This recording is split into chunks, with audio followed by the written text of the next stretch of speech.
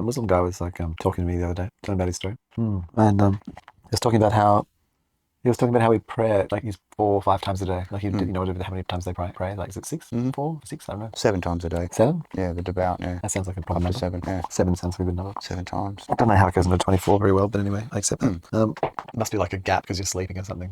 Accepted. Sleep out, praying in your sleep. You really want them 40 virgins, you got to do well. Yeah, And mate, so I'm what he looking was forward sort to of my saying was 4,000 that space virgins. I give myself stuff in the afterlife. And then so we were talking about that. I said it's kind of good, really, if you think about it, because it just means that you've had all these opportunities to center yourself through the day. Like it's quite a meditative, as opposed to just continuing barreling on. It's meditative, and it refocuses back on you. Yeah, and like, it must make them very productive. Being in the moment. Yeah, it's a very in the moment experience. I'd imagine. Yeah. And then that, and he said, but that's only for a very short part of the day. Maybe it's only an hour. What do you do for the other 23 hours? Like when you're not in this sort of focusing, like whatever, focusing or on the thing, and what's the role of it.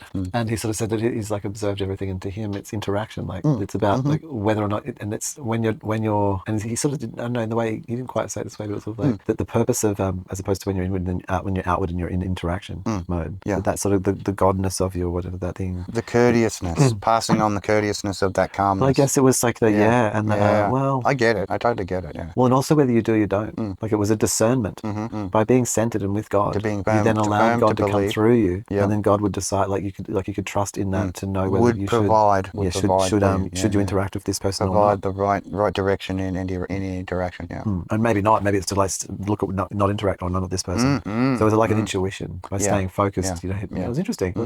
Feeling the intent before the intent actually arrives. That sounds good. Premonition.